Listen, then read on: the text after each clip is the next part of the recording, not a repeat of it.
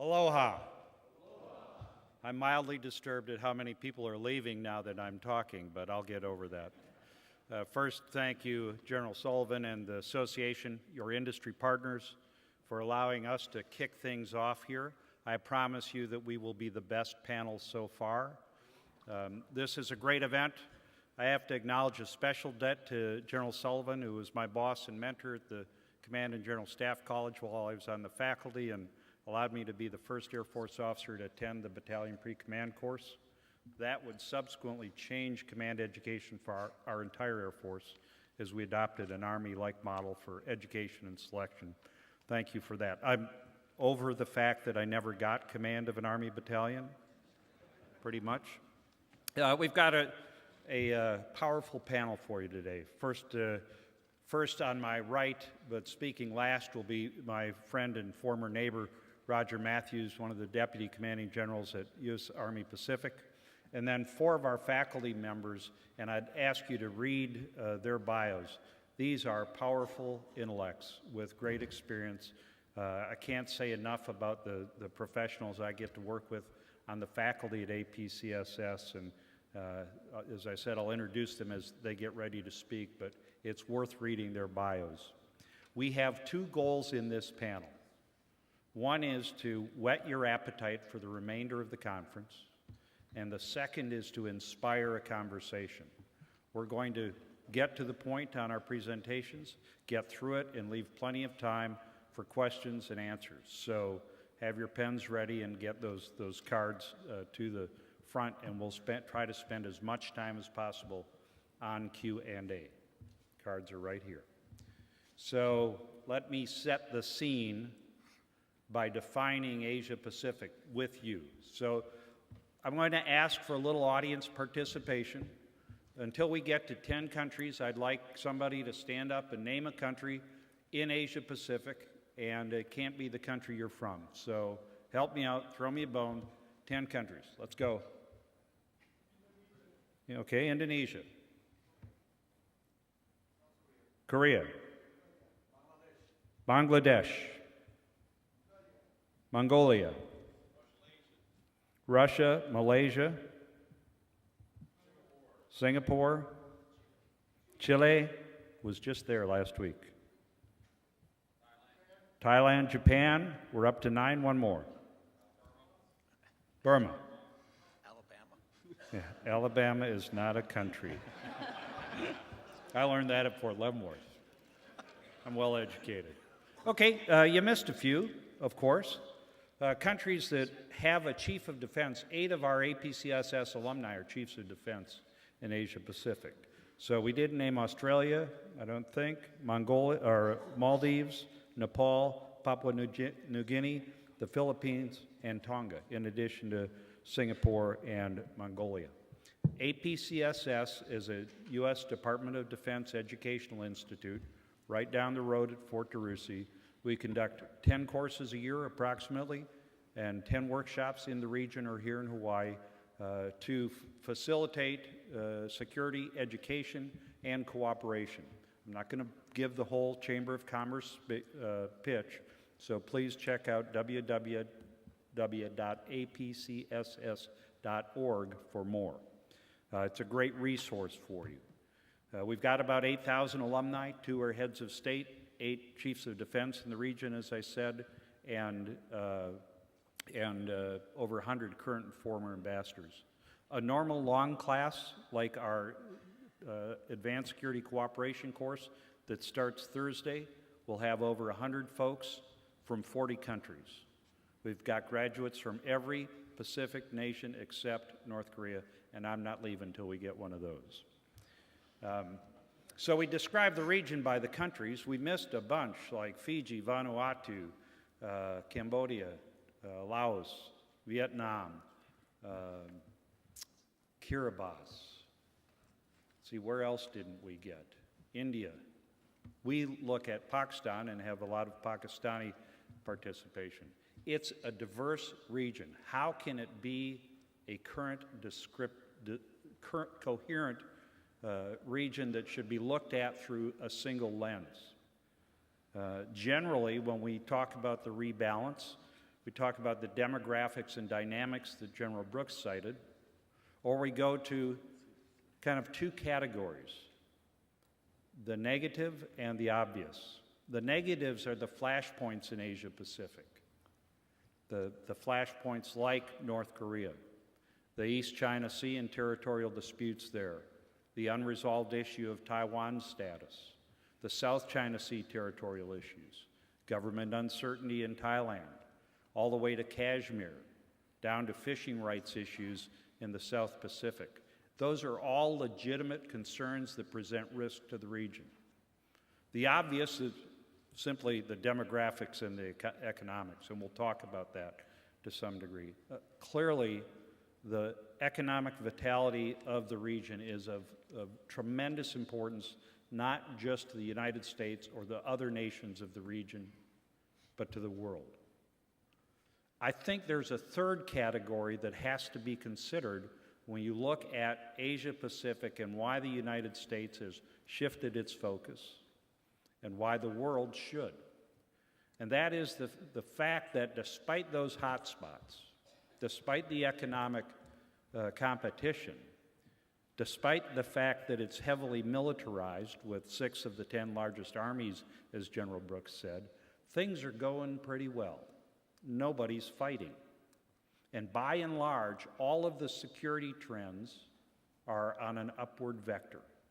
In terms of governance, we have mature democracies in South Korea and the Republic of Korea, Taiwan, Indonesia, emerging democracies in places like Timor-Leste, Nepal, and now even Burma.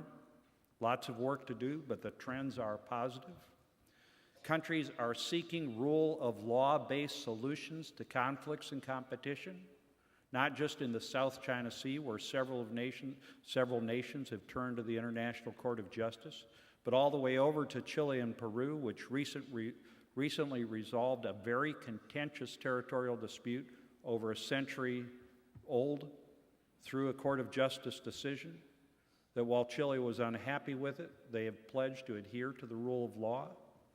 Other conflicts have been resolved through mediation. The Cambodia-Thailand temple dispute, for example, with the help of Indonesia. So generally, the trends are positive. For that reason, I think the United States, as part of its rebalance, should recognize that there is an emerging model of conflict resolution and crisis mitigation that is unique to Asia Pacific. And I call myself a militant optimist. Asia Pacific is proof that the future can be better, and we should insist that it becomes the model. Now, this is an Army, a land forces conference, and I'll say that rosy outlook is dependent on well-trained, well-equipped, and disciplined military forces. There's a legitimate role for armies in maintaining peace, stability, and security in Asia Pacific. And Roger will get to that when he talks to the U.S. Army role in theater engagement. My optimism to now transition to our faculty members is fundamentally based on the economic stability and prosperity in the region. It's key to the positive environment that's producing this changed approach to problem solving.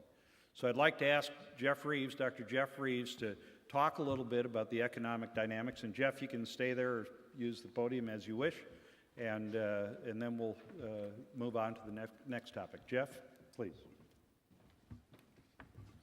Thank you, sir. Good morning. If we could key the slides up, the slide deck that we have for this panel, please. For lack of time, I'll get right to my presentation by offering my bottom line up front, which is essentially that the economy in the Asia Pacific, broadly defined, has been and continues to be the greatest source of stability for interstate relations in the Asia Pacific region. Let me expand on this point. When one talks of an economy, and I use the term economy here to talk about issues as diverse as trade, foreign direct investment, overseas development aid, finance, markets, etc., one is really talking about a country's or a region's life's blood. The economy is what makes things move, whether for good or bad. Now, while this is true of any region, in some ways it's even more the case for the Asia-Pacific region than any other region. Now, why is this the case? Well, I would argue that economics are at the base of much of what we see in the Asia-Pacific today in terms of multilateralism, in terms of relative stability, and in terms of cooperation across states. In many ways, Asia is what it is today, a relatively stable region with pressure points, to be sure, because of its economy. Now, how does this work? First, economic growth in the region has been largely inclusive, meaning that many states are increasingly better now than they were 2 or 3 decades ago. This is not only the case with emerging Asia, which includes developing states like China, India, Indonesia, Malaysia, the Philippines, Thailand, and Vietnam, all of which have seen collectively an average of 7.5% annual growth over the past decade, but also for smaller countries like Cambodia and Mongolia, the latter of which was the world's fastest growing economy in 2013 at over 20%. This means that more and more states in the Asia-Pacific have the economic incentive to buy into the region's architecture in whatever form to ensure that economic growth continues. The second point, a good deal of the growth in Asia is a result of economic regionalism, which means that Asian states are becoming each other's most important sources of growth. Since 2000, intra-regional trade in Asia has tripled, with a total of 55% of all Asian exports staying in Asia. Intra-regional foreign direct investment is also rising, particularly between China, Japan, and the ASEAN member states. Having weathered the 2008-2009 global financial crisis better than other regions in the world, Asia as a whole is expected to have a 5.8% growth rate for 2014. Rising wages, increased employment, and improved productivity are contributing to regional growth in consumption that suggests further economic regionalism is likely. Again, all reasons for Asian states to get along and to find other institutional ways to make sure they get along. Now, within this economic system, 2 states are worth looking at in more detail for their disproportionate economic influence, and those are the United States and China. Both play a large economic role in Asia in ways that I think contribute to stability. So first, let's look at the United States. Economically, the United States is by far the leading investor in the region. America's trade with the region is expanding, and it's engaged on economic and commercial issues across the board. In 2013, for example, U.S. foreign direct investment in the Asia-Pacific stood at $622 billion U.S., reflecting a 35% increase in foreign direct investment to the region since the beginning of the Obama administration. These investments from the U.S. dynamic private sector support jobs and economic growth in the region and in the United States, and signify its long-term stake in the economic growth and development of the Asia-Pacific. Second, China. China is at the center of economic regionalism in Asia, serving as the major source of intra-regional investment and the pivotal component of the regional supply chain. China is increasingly becoming a source of final demand for Asian exports, accounting for 23% of all Asian states' exports in 2013, up from just under 5% in 1997. China receives more than 50% of all intra-regional trade flows in intermediary goods, making China the single most important destination of intermediary goods exports for all of its Asian trade partners. Chinese retail sales are currently experiencing double-digit growth, which suggests China will have increased capacity to absorb more Asian exports in the near future. Indeed, the International Monetary Fund suggests that as of 2014, this year, Chinese demand for goods in the Asia-Pacific region will fundamentally shift intra-regional economic relations and create a new paradigm for regional growth. Now, why is it important to highlight these two states above others? That both states, China and the United States, benefit from and sped benefits to other Asian states indicates that both are sources of stability in terms of the Asia-Pacific's economy, and both states have a stake in the status quo. Now, I mentioned earlier that economics in Asia form a basis for cooperation, that they contribute to multilateral engagement throughout the region on issues outside the economic scope. While there are many good examples of this type of cooperation, I want to briefly look at the Asia-Pacific Economic Cooperation Forum, or APEC. While ostensibly a forum for 21 Pacific Rim nations to engage in trade and economic cooperation, APEC has, since its founding, expanded its mandate to include a raft of other lines of cooperation outside the economic framework. With something like 200 meetings a year, APEC member states work together on issues ranging from anti-corruption, anti-terror, and food safety. Indeed, it's no longer entirely appropriate to look at APEC as an economic forum only, as it's expanded from its economic base, building on those good ties between states interested in advancing their economic gains, to become a true multilateral organization with an expansive agenda. Now, let me conclude by offering some thoughts that will undermine my entire argument up to this point. While economics have been a source of stability to the present day, there is no guarantee that they will continue to act as such. In particular, a number of events, some more likely than others, could precipitate situations in which economies in Asia contribute to tensions or outright conflict. First, the politicalization of economics in the Asia-Pacific can lead to tensions, as we've already seen to a degree in the debate about whether the US endorsed Trans-Pacific Partnership, the TPP, or the Chinese preferred Regional Cooperation Economic Partnership, RCEP, is the appropriate model for trade relations in the future. These debates, while ostensibly about economic management, have undertones that suggest a degree of power struggles, at least on some level. Second, there's no guarantee that growth in the Asian region will continue to benefit states equally.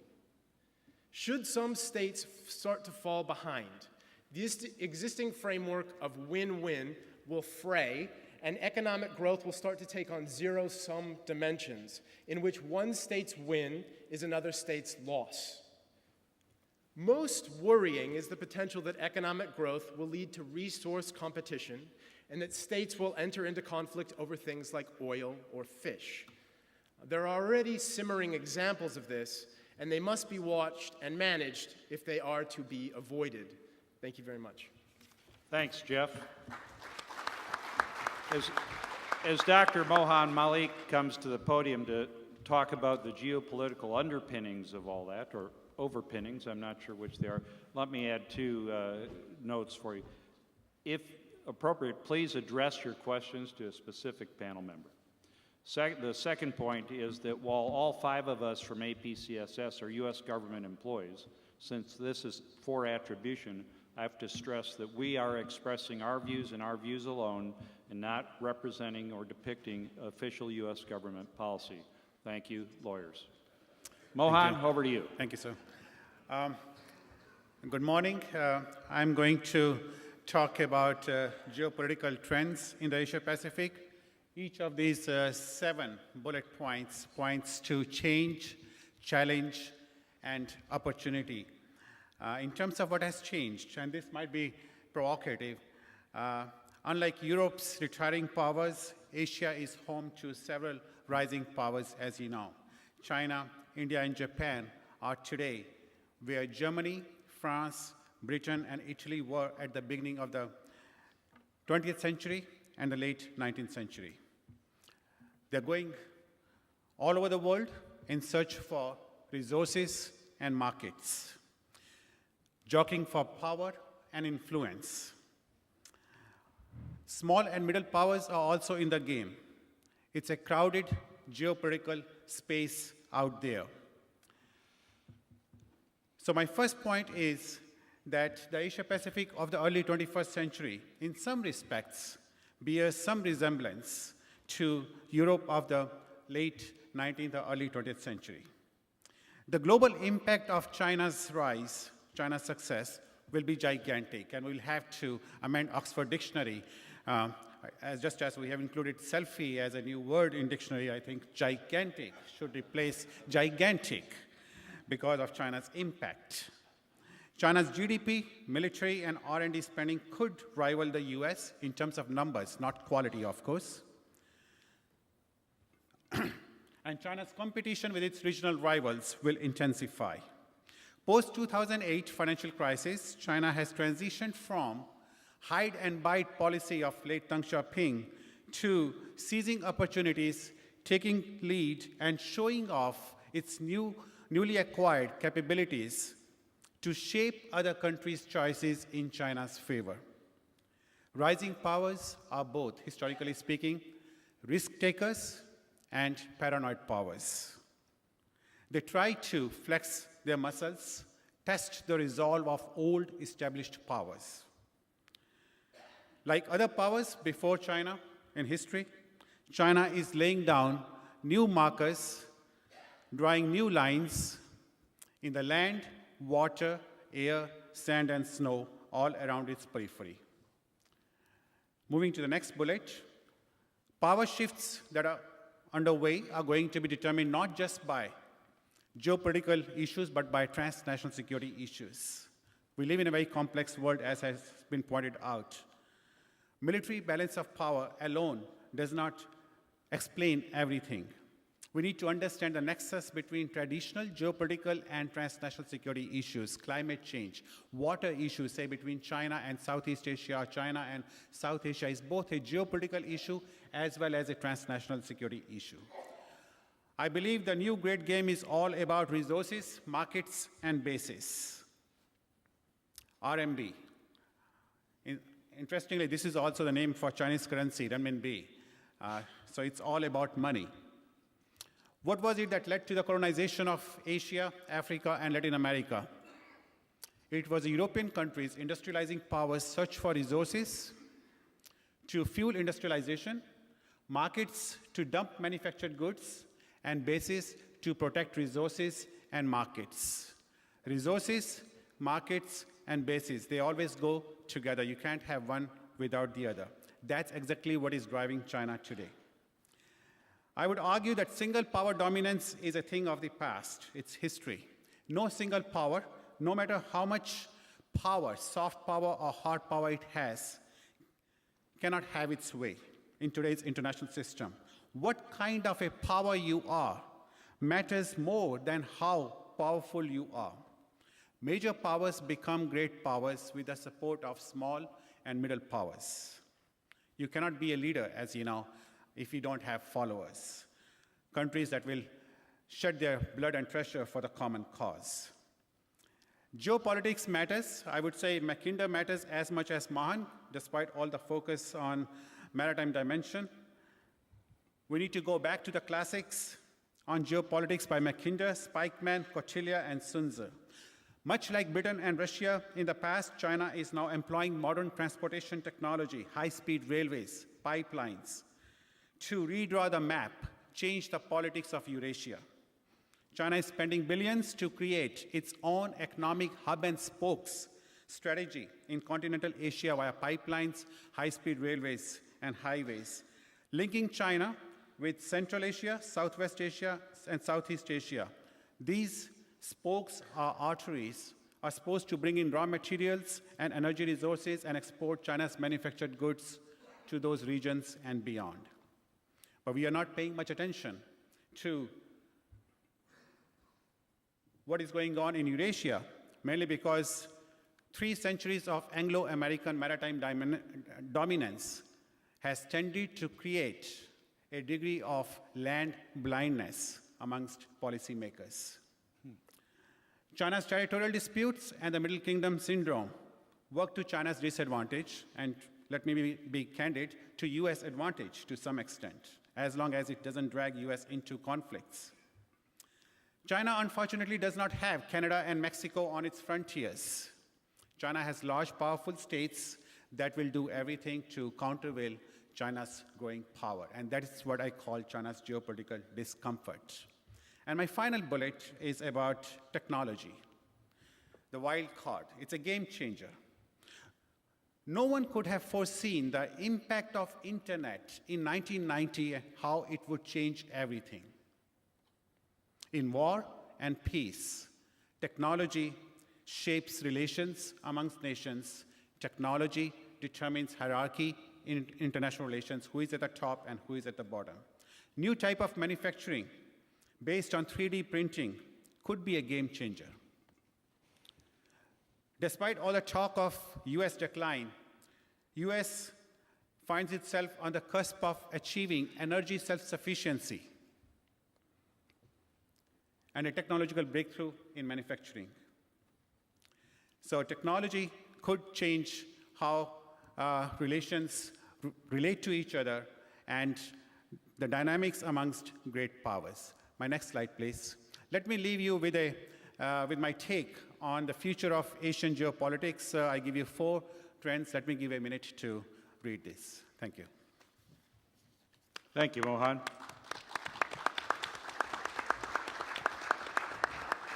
Speaking of lawyers, Professor Jessica Ear, JD, is going to now take some transnational security issues that, as Mohan described, will tend to dramatically influence power shifts in Asia Pacific. Jessica, over to you. Thank you, sir. Good morning and aloha. Aloha.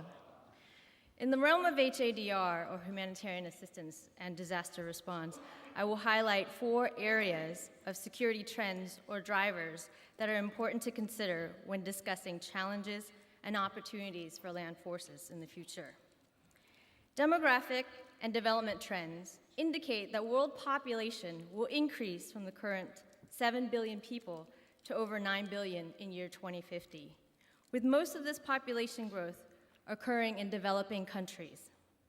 Now, around 70% of the world population will live in cities, dense urban areas, or seacoasts in conditions that leave many vulnerable to natural disasters. Land forces, in responding to future disasters, need to anticipate and understand the greater risks associated with populated coastal areas and urban centers, especially in developing countries, in order to enhance our capability accordingly. Capabilities such as linguistics, cultural awareness, infrastructure restoration, urban search and rescue, and many other skills related to the seascape of disaster response will be needed. Technology and social drivers present new emerging risks as well. Industrial and commercial advances have the potential to create more complex man-made disasters. Technological developments in energy, such as nuclear and hydraulic fracking, hydropower dams, will continue to raise challenges of public safety, trust, and concern. Social drivers, in the form of increasing mobile phone use and social media connectivity, will continue to check government transparency and information sharing dissemination.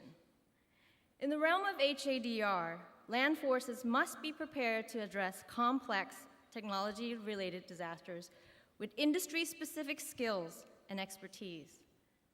Additionally, land forces will need to stay abreast of and understand how to leverage the powerful and influences of rapidly changing information, social networks, and other cyber-based mediums.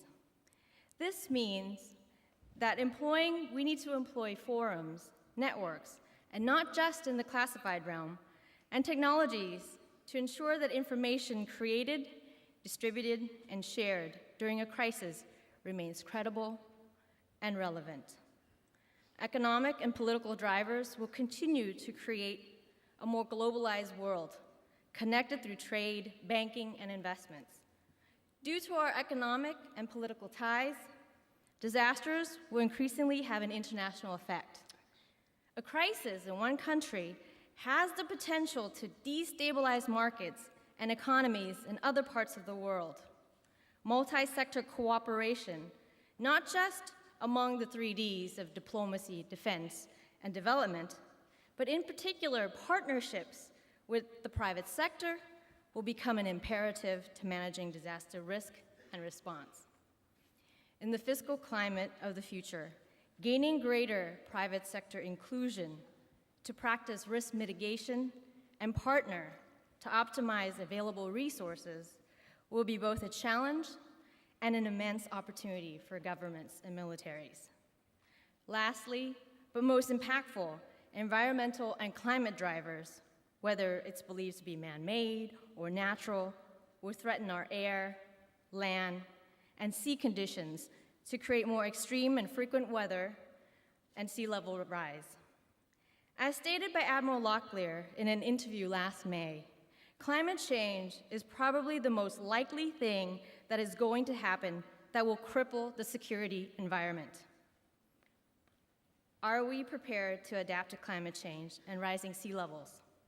Our land forces, along with our national and regional partners, planning for the possibility that entire island states will be submerged or that large port cities such as Tokyo, Shanghai, Bangkok, Ho Chi Minh City, New York, and many other significant coastal areas will be vulnerable to constant flooding?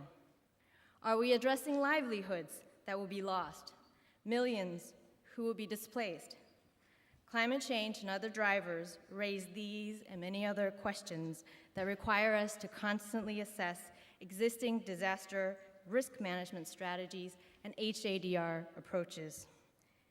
As we contemplate the future, I leave you with this question: are we prepared for what is to come? Thank you. Thanks, Jessica. As Dr. Rouben Azizian comes to the podium to set forth the concepts of security sector development and the need for accountable and effective security sector governance to recognize or to address the challenges and realize the opportunities of Asia Pacific, I do want to add one more caveat. If you've read his bio, he's a former Soviet and Russian diplomat. We just spent 2 weeks on the road in South America, and he would like to not answer any more questions about Crimea. Is that right, Rouben? Well, I've changed my mind. So. Okay. Okay, wrap us up on the APCSS front, Rouben, if you would. Thank you. Aloha to you all, and thank you for having us today. And Jessica asked the question, are we prepared? And that was a question for you, not for me, but I'm tempted to start answering the question.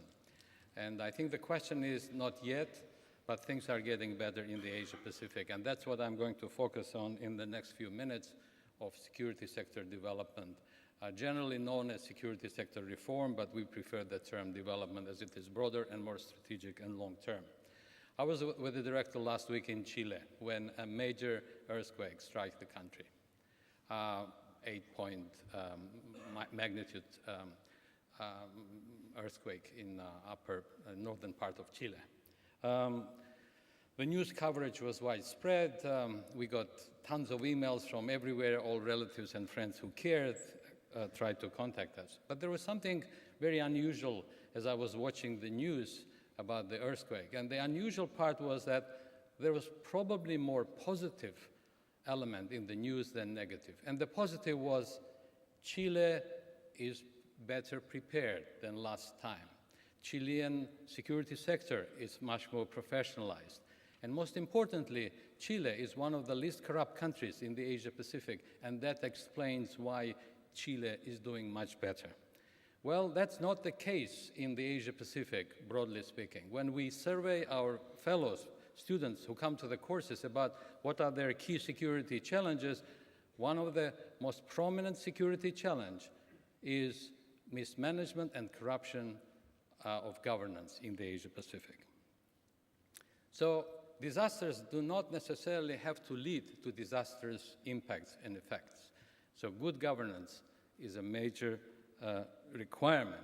And a bad governance also undermines the functioning, accountability, and effectiveness of security sector and the land forces and the armies. And I think there are 5 reasons why a region that is generally referred to as a maritime in landscape, I'm not trying to offend anybody here, it is very heavy, army heavy. Asia Pacific is very army heavy. Most countries continue to rely on their armies in this region where we talk about maritime issues. And why is that? And I think there are at least 6 reasons why armies are still very prominent, if not indispensable, and that will continue for a while. Number one, there is historic legacy. Armies in the Asia Pacific have played a major role in decolonization process, in setting up their national identities, and generally speaking, continue to enjoy respect in the countries, unlike some other security services, such as police, that is still struggling to be recognized as a viable force.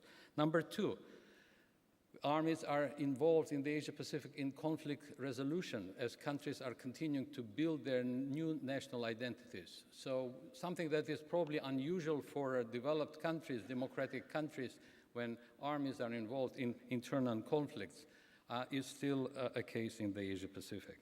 Number three, armies continue to play a heavy policing role in many Asia-Pacific countries, and that is a characteristic of authoritarian and semi-authoritarian regimes that are still quite present in the Asia-Pacific. Those who start democratization process find that armies and security sectors become also very much politicized, as new democracies are struggling to adapt to new realities and oftentimes coerce the armies and military into political process, which is not very helpful. Weak coordination, whole of government process is very weak, and that also delays the sharing of security sector responsibilities. Every time there is a crisis, who do you turn to? The armies, because they are better equipped, they are more professionalized, and that delays the overall coordination and sharing of effort. And finally, funding issues, funding and capacity building, and you will have a panel on capacity building. Lack of funding and capacity also very much delays the transformation of armies and the security sector. But it's not all doom and gloom. There are some positive developments that I will focus on in the next few minutes, and that is part of the security sector development, which is how to transform the security sector, how to make it comprehensive, inclusive, not limited to the uniformed forces, but expand and bring agencies that tackle climate change issues, work with environment or health. So I have listed the 3 areas where I think we are seeing some progress. Post-conflict reconciliation. I know we have officers from a number of countries here, and I'd like to mention Nepal as a very good example of an integration of former hostile Maoist communist forces into the army. It was a very challenging task, and Nepal has been quite successful in this. Philippines is another example where there's a new peace plan that is promising in terms of ending the insurgency, but also it is promising in terms of army helping police in their capacity building and transitioning from military to police roles. In terms of civil-military relations, well, maybe I look at our Australian colleagues here, and that reminds me that I should also mention Ramsey as another successful operation where, again, we are looking at the transition from a military to policing role. Civil-military relations, some good progress there, and Jen Leaf already referred to what is happening in Burma in terms of restoration of democracy. We are looking forward to elections in Fiji and hoping that we will see a return of democracy there as well. And finally, Asia-Pacific is starting to think more strategically about security sector, and one of the signs of strategic thinking is development of national security strategies or policies. This is another landmark, another development of Asia-Pacific in the last few years. And countries like Papua New Guinea, for example, have produced their first ever national security strategies. Philippines and Timor-Leste have equally come up with. What's the significance of national security strategies? It does several things. It helps develop long-term strategic plans. It helps to look at sharing of effort and resources between security forces and making them flexible, accountable, and comprehensive. And finally, at the Asia Pacific Center for Security Studies, we have been heavily involved in facilitating many of the security sector development efforts. I was trying to remember how many countries we have been involved in. It's more than 11 or 12 countries that have been to APCSS, or we have visited them, helping them in dialoguing, in building new capacities, which is, I think, one of the most effective forms of security assistance because it is locally owned and we don't come with templates, we don't have any specific models. It's their own thinking and plans with our hopefully subtle and sensitive facilitation. So this is all I have, and thank you for your attention. Thank you. Okay, and now to put a U.S. Army spin on it, General Roger Mathews. Thanks, Roger. Sir, I appreciate the opportunity. I was really hoping to be able to sit down. I tend to look better with the media here, sitting next to an older guy. Sorry, Jeff. But indeed, my pleasure. General Sullivan, sir, distinguished guests, friends. It's great to see so many friends here and know that service continues out of the uniform, and our industry partners that are here today demonstrate that in spades. So it's great to see everybody here, and I appreciate the opportunity to talk. This is, sir, as you said, the center of military strength, and I think it's the center of military strength because of our partnerships in the region. And today I'd like to talk a little bit through that, how we come up with a model to avoid, as my boss said earlier, saturation in terms of the Army and in terms of in the land domain with our other service partners and our allies. It's important, as I say, allies, because everything we do in the region is by, with, and through our allies. So what you see up on the screen behind me is our model, our two-prong approach to determining how we're going to support operations in the region, and it is that business of what General Brooks said about organizing ourselves. Looking at the very top, it's important to understand that everything we do starts off with our guidance and direction from PACOM, Pacific Command. They set the azimuth for all the services, and they have country objectives and so forth, and that is the first guidance that we use in developing our model. On the right side is our first campaign assessment tool, as I'll call it, and it's our way to look at prioritization. We can't do everything. It'd be very easy to overwhelm some of our partners and allies in the region and friends, and we have to make sure we use our resources wisely. So we use a model that looks to assure, promote, enhance, open, and sustain our relationship, and I'm going to talk about that on a following slide. Important, though, in that campaign assessment model, everything that we do affects, we'll call it changes in a ripple effect, and so it's a continual assessment. And that continual assessment really is to the left side as you look at PMISI, as we talk to political, military, economic, social, information, and infrastructure. That tool itself evolves based on what we're conducting in the region and what our partners and allies are doing in the region. And it's really just a method for us to make sure everything we do is well informed, because the military piece, as we look at it, is just one subset in the whole government approach that was really laid out so well by the rest of my partners in the earlier briefings. Next slide. So this is that right side, our campaign assessment tool, and it's a prioritization model. If you look to the right side, you'll see where it shows prioritization. And basically our main effort when we determine where we're going in the region are the top two tiers, assure and promote. And assure is our allies and partners, and that's our largest efforts, our largest engagement programs and exercises. The second area is promote, and that's with regional leadership, ways to look at building their capacity to take on a multinational leadership in a crisis, as an example.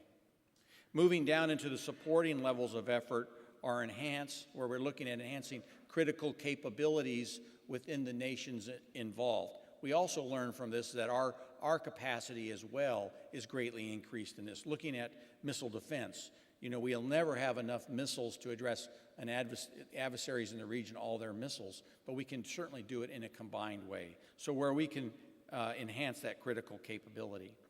And open is where we're looking at new relationships. We talked about Myanmar here a minute ago. There's been some discussion, and we're getting, right now, we've been mostly looking at human rights in that region, but there's going to be new opportunities where we can open the door and have greater relationships. And then at the bottom and sustain is our traditional relationships. In many cases, our partners, allies in this region, and these countries, have limited capacity, and so we're very cautious to make sure we don't go in the pros from Dover and line up, because there is a great, you know, we offer a lot. You know, the United States Army and the other services have a lot to offer. Our allies have a lot to offer in the region. We have to be careful not to get to that, to oversaturate, as General Brooks said earlier. And my last slide, please. And to take one country, and I'm a little bit hesitant to show this because Rick Burr's in the audience, but as you take a look at a country, and I will tell you, we did some sanitizing because, you know, we pulled the FOU and some of the classified parts out of it, but it is a complex model that starts off, we've done that Plamisi assessment of a country. For example, political, we know Australia is stable, and we have very strong ties and formal arrangements with Australia. Military, very well trained, very well equipped. Their economy is very stable. They're the number 3 economy of the world's free economies. They're very social. Yeah, they are social. He's my next door neighbor, so they're very social. But very transparent. And, you know, it's we like-minded nations in that regard. Free and open, and then an infrastructure very mature. So Australia has a lot to offer for us as we assess it and where we want to go. And it has certainly been in the assure category, our main effort category on how we deal with Australia. And if you take a look then on the lower section of that slide, you get an example of some of the things, and you can imagine this is a rather extensive list for Australia, and these are 2 that we have. But the first one is the trilateral engagements. Australia brings a lot to the table, has a lot of very strong relationships with other partners, countries in the region, China, and we can come together where we can come together in a bilateral or a trilateral way or a multilateral way. We want to do that. And so that's some efforts, or some ongoing efforts as an example, to do that with Japan. And then working all the way over to the right, you can see where in the top it shows repair. That goes to that oversaturation. You know, when I first got here working with Australia, we were looking at some of this pre-positioning for a training capability, but we found out we really got ahead of the Australian government, so we ratcheted it back. So we have to be careful of that in our model. So we lay those consequences out, and how would we get at those? And then looking down underneath that is building an amphibious capability. That goes to address, this program, again, is also very mindful that whatever we do, it's not our program, it's not the United States program, but it's the team program between the nation and ourselves. And so what's important to them, and they're looking at building an amphibious capability. So how can we participate in that? And, you know, clearly MARFORPAC is somebody that we want to bring in. They're already deeply involved in that capability, but enhance that. As the boss said, there's plenty of work in the region for all of us. So that's really the model that we use on how we develop our relationships in the region to strengthen the United States cause. So I appreciate the opportunity to speak, sir, and I look forward to any questions that might come up. Thank you. Thanks, Roger. And frankly, I just don't think Jeff looks that old, but whatever. We'll go right into the Q&A. We've got several spread around. I'll start, just in the interest of getting it going. Here's the question. Agree the trends in Asia economically are positive. Do you see the threat of miscalculation due to maritime and land disputes as a major concern? Yes. But they didn't let me off the hook. Please include historical examples if appropriate. It's like a test. I think history is full of examples where miscalculation, miscommunication, misunderstanding, misperceived intentions, both aggressive and not, lead to conflict. And I won't list them I will say that I think this is a real concern. I will cite China as an example, not to pick on China, but because they are the big player with the United States. My concern with regard to China and the Chinese Army and Navy is that I do not think they've had the opportunity that the United States has had over the last decade or more to learn the limitations on great power in the modern world. I just don't think they've had that experience. Additionally, they don't have the experience and lessons of extended combat and a full appreciation for the complexity of conflict. Now, both politically and militarily, they'll make a lot of pronouncements about wanting to avoid conflict.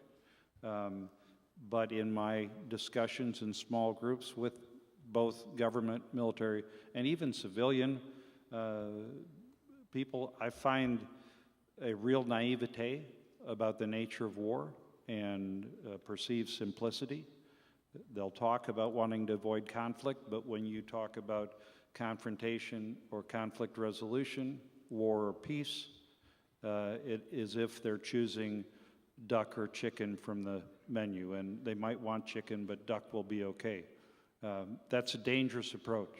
War in a modern, interconnected world, as described by this panel, is relatively uncontrollable, and the effects, the negative effects, go far beyond the battlefield. And I don't know that there's an appreciation for that. Any of the potential small conflicts that we've talked about could have disastrous, far-reaching effects because of the changed nature of the world. Okay, let's see. Rouben, I think you've got a question here. I'll find it since you gave it back to me, and I'll read it to you. What capacities do our Indo-Asia-Pacific partners want the U.S. to develop and expand in this geographic area? Thank you, General Leaf. It compensates for me being the last to speak to be the first to answer the question. Thinking of capacities at the Asia-Pacific Center for Security Studies, perhaps our definition of capacities is somewhat different from maybe a mainstream. So let me give you an example of 2-3 capacities that we think countries in the Asia-Pacific are in need of. We don't market United States as a provider of some capacities. As I said, we facilitate and we prefer them to identify what capacities they need. But we see from our fellows and our participants there are several gap areas in their security sectors where capacities are missing and lacking. Number one is lack of critical and strategic thinking. To me, this is a major capacity problem and that we see in many security sectors. The second one is competent civilian control of the military. And I'm emphasizing the competent because nominally there is a civilian control sometimes, but it is not necessarily competent. Wherever we go, parliaments are almost uninvolved. In some countries, parliaments don't even want to deal with security issues. And that is also a challenge for the security sectors. Lack of legislative development. Some countries have progressed much better on the democratic side, but they're using legal codes that go back to the 50s and 60s. So that's a very much a constraint for the capacity. Engagement of civil societies, how to deal with media, and we know from recent some examples in the region that dealing with media is a major capacity challenge for security sectors. And finally, National Security Council or coordination mechanisms, which is another significant lack in capacity where I think partners would like to learn from the experience of the United States and other developed countries and how do you build the national security mechanism wherever we go, including Chile, which is relatively more developed. Even there is still a discussion of the role of the National Security Advisor and what does the National Security Advisor do and how do you go about that. Okay, thanks, Rouben. Jessica, let's just slide on down. I think you've got a question on HADR. Great, and this question raises a good point that is good to highlight.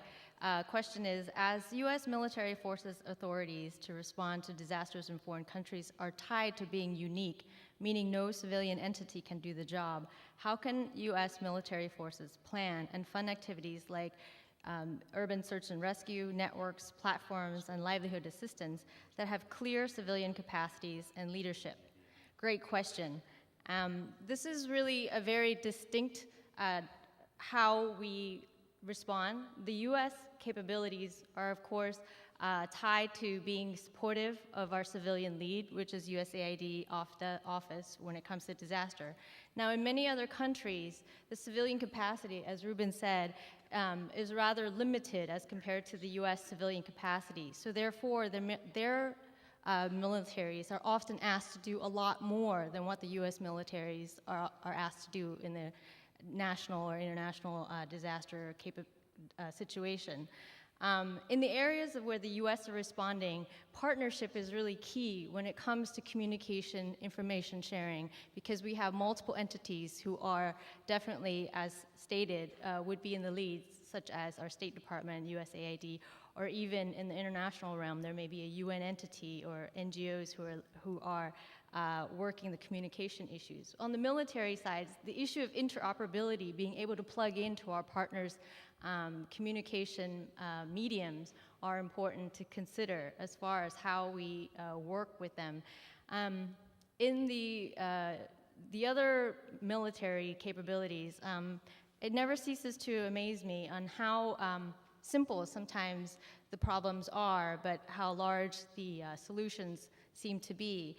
For example, in Nepal, the militaries do not even operate in the same frequency. So that's an area where our fellows have stated that needs to be addressed in that particular country. So communications becomes important, and the role of militaries and whether or not we have the capability to assist our civilian counterpart varies very differently within the capabilities of the country. So I guess the distinction there would be in the international realm of using terminologies that's accepted. When U.S. or international militaries assist, it is under the condition where it's considered as the last resort to come in. So because civilian counterparts would actually be there before. In national militaries, they often object to the term last resort for their militaries because they are often called on among the first to respond. Countries such as Indonesia, Nepal, Philippines, and those who are prone. So that's an area we need to be mindful of when we're referring to military capabilities. Thanks, Jessica. And now, Mohan, you've got a question on China and North Korea. Yeah, the question is, how does the historical relationship between the People's Republic of China and the DPRK influence Beijing's current strategic approach to Pyongyang, and how does the PRC reconcile this alliance, rooted in the past, with Beijing's need for regional, political, and economic stability? Well, as you know, this is an issue that General Leaf can also, talk about at length. Great length. My take on this is that, yes, there has been a major setback in relations with North Korea, between China and North Korea. The recent killing of execution of Kim's uncle, who represented Chinese interests in the country, was seen as pro-China. China's lobby has suffered a great deal. Kim Jong-un is the first North Korean leader who has not visited China to date to pay tribute to the Chinese leadership. Kim Jong-il, his father, made several visits to China on an annual pilgrimage basis, sort of. But Kim Jong-un has refused to do that. That shows you strains between China and North Korea. Having said that, Wu Tawei, a senior Chinese leader, was dispatched to Pyongyang last week. He was there. Chinese Communist Party and the PLA remain adamantly opposed to any major change, radical change in China's approach to North Korea. Certainly there are voices in the Chinese media, in Chinese think tank community. They are saying that we need to relook at our alliance with North Korea. What does China get from North Korea? Why should North Korea be allowed to get away with everything that it's been doing? defying China's will. This is called entrapment. A great power ally, a client state, can get away with a lot of things. Israel gets away with a lot of things, that US does not approve of. So North Korea also tries to push the envelope, so to speak. What does China want from North Korea? For China, stability of the regime, division of the peninsula, these are two major interests. That's why I like to say that the Chinese love the Koreans so much, they would like to have the two of them instead of a one unified state of Korea. Why? Because a unified state of Korea, technologically speaking, economically prosperous, without the burden of history that Japan has, will be another Japan right on China's doorsteps. A unified state of Korea, whichever way it tilts, even if it decides to stay non-aligned, independent, changes the balance of power in Northeast Asia. Besides, Chinese fear the rise of Korean nationalism. Kangdo province, that Koreans claim as their territory because it goes back to ancient Goguryeo kingdom, northern Manchuria. That was gifted, became part of China because of historical reasons. I won't go into history. So all these reasons, and more prominently economic strategic reasons, China has access to North Korea's natural resources, captive market where it faces no competition, and has acquired 50-year lease on Rachi Naval Base that gives China access to the Sea of Japan for the first time in history. So for all these reasons, I am going to see much change in China's policy toward North Korea. Mohan and I could go on all day about North Korea, but we won't. One last question for General Mathews. Admiral Locklear likes to say his AOR goes from Hollywood to Bollywood and polar bears to penguins, so why don't you talk polar bears? Question is USAPAC looking at the Arctic? We've neglected this region when it comes to have we neglected this region when it comes to modernizing our equipment sets? And it gives an example. And I would tell you, first of all, remember this whole business is a partnership. I think if you were to ask General Iwata in partnership with General Boozer, they very much look at all elements of weather. On any day, it could be very cold in Aomori and Shariki, freezing cold, and huge amounts of snow impacting on the key radar sites, communication sites, all the way down to Okinawa, where it could be very much more humid than even in the Hawaii. So our partners and allies, Chile most recently, I was 2 weeks ago in Chile, and they are very much concerned about what's happening as well on the southern end and in Antarctica, and who's playing in those regions and their responsibilities. And as a growing partner in the region, they're going to attend the conference. I don't believe we have anybody here yet from Chile, but they will be here before the end of the conference. They were here last year, and they see themselves as a Pacific nation. So that's increasing. In the same way, last week, New Zealand, very much so. So our partners and allies, so it is, of course, concern for us. If you go to Mike Shields, General Shields in Alaska, he's very much concerned about it, testing the equipment. We've tested all of our new ACUs. They've all been tested in the cold Arctic region, and we've gone through that in Alaska, and then Northern Warfare Training Center as well, bringing our forces to the right level of proficiency. But recently, in Cobra Gold, he had the 4th of the 25th Infantry Division did a airborne operation into Cobra Gold, went from freezing climate and dropped into a very warm climate in Thailand. So you have to be concerned about the effects of your people and your equipment. And so, yes, I would say we are. Yes, sir. Okay, thank you, Roger. Great panel. Some folks I'm honored to work with and honored to have as a friend, even when he gives me grief. Pretty complex, meaty discussion. I hope you found it did whet your appetites and will spur further discussion. I'd like to ask our alumni in the audience to come see me and get the brand new gold alumni lanyard, first come, first serve. We're very proud of our alumni. And I'd like to wrap with a question that was asked and give a very quick answer. I'm concerned about the perceptions that U.S. leadership is being questioned in some parts of the world. How is that leadership role perceived in this region? Sure, it's being questioned in some parts of the world. It usually is. And that view waxes and wanes. In Asia Pacific, it isn't that we're predominant because one power dominance is passé, as Mohan said. But we're like-minded. And we are, I think, through the pivot, reaching out. We've brought in and internationalized our component and combatant command staffs. We're engaged in positive ways, and I think that the United States of America and the partners represented in this room understand that we're all in this together. And the leadership we provide is that appreciation for our shared interests and our commitment to peace, prosperity, and security. Mahalo.